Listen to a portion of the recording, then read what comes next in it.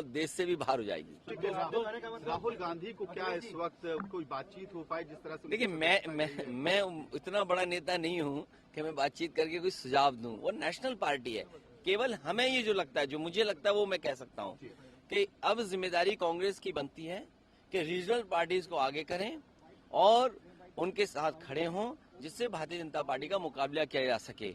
मैं देख रहा हूं कि भारतीय जनता पार्टी के सीनियर नेता से लेकर के जमीनी नेता क्या कह रहे हैं, पिछड़ों का अपमान हो गया।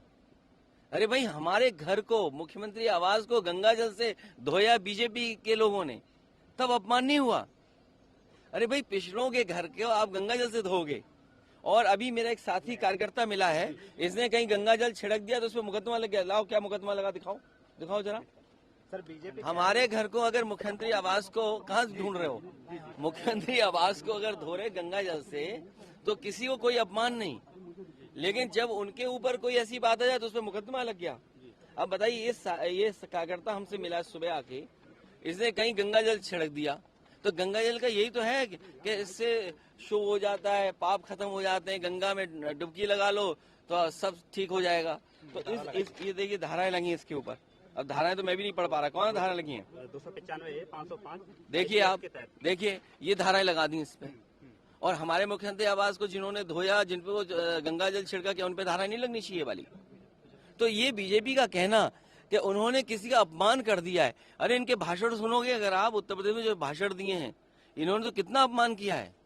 इनके ऊपर तो मानहानि दावा ज्यादा होना चाहिए। और 15 लाख जो देने की बात की थी, वो मानहानि नहीं होगा कि 15 लाख रुपए तुम्हारे अकाउंट में पहुंच जाएंगे। वो मानहानि का मुद्दा नहीं बनता। आपने तो जनता के साथ और लोकतंत्र में ये वादा कर करके आप पीछे हट गए। केवल देश से भी बाहर हो जाएगी। राहुल गांधी को क्या इस वक्त कोई बातचीत हो पाए जिस तरह से? देखिए, मैं इतना बड़ा नेता नहीं हूँ कि मैं बातचीत करके कोई सुझाव दूं। वो नेशनल पार्टी है। केवल हमें ये जो लगता है, जो मुझे लगता है, वो मैं कह सकता हूँ कि अब जिम्मेदारी कांग्रेस की बनती है कि रीजनल पार्टीज को आगे करें और उनके साथ खड़े हों, जिससे भारतीय जनता पार्टी का मुकाबला किया जा सके।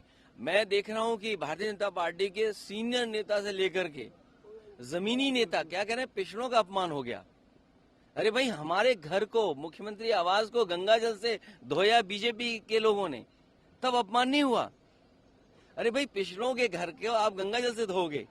और अभी मेरा एक साथी कार्यकर्ता मिला है, इसने कहीं गंगा जल छिड़क दिया तो उस पर मुकदमा लग गया। लाओ, क्या मुकदमा लगा, दिखाओ जरा। सर, बीजेपी हमारे घर को अगर मुख्यमंत्री आवास को कहाँ ढूंढ रहे हो? मुख्यमंत्री आवास को अगर धो रहे गंगा जल से तो किसी को कोई अपमान नहीं, लेकिन जब उनके ऊपर कोई ऐसी बात आ जाए तो उस पर मुकदमा लग गया। अब बताइए, ये कार्यकर्ता हमसे मिला सुबह आके, इसने कहीं गंगा जल छिड़क दिया तो गंगा जल का यही तो है कि इससे शुभ हो जाता है, पाप खत्म हो जाते हैं, गंगा में डुबकी लगा लो तो सब ठीक हो जाएगा। तो ये देखिए धाराएं लगी इसके ऊपर। अब धाराएं तो मैं भी नहीं पढ़ पा रहा, कौन धाराएं लगी हैं? 295 505। देखिए आप, देखिए ये धाराएं लगा दी इस पे। और हमारे मुख्यमंत्री आवास को जिन्होंने धोया, जिन पे वो गंगा जल छिड़का, क्या उन पे धाराएं नहीं लगनी चाहिए वाली?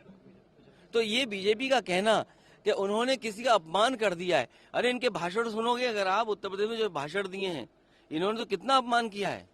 इनके ऊपर तो मानहानि दावा ज्यादा होना चाहिए। और 15 लाख जो देने की बात की थी, वो मानहानि नहीं होगा कि 15 लाख रुपए तुम्हारे अकाउंट में पहुंच जाएंगे। वो मानहानि का मुद्दा नहीं बनता। आपने तो जनता के साथ और लोकतंत्र में ये वादा कर करके आप पीछे हट गए।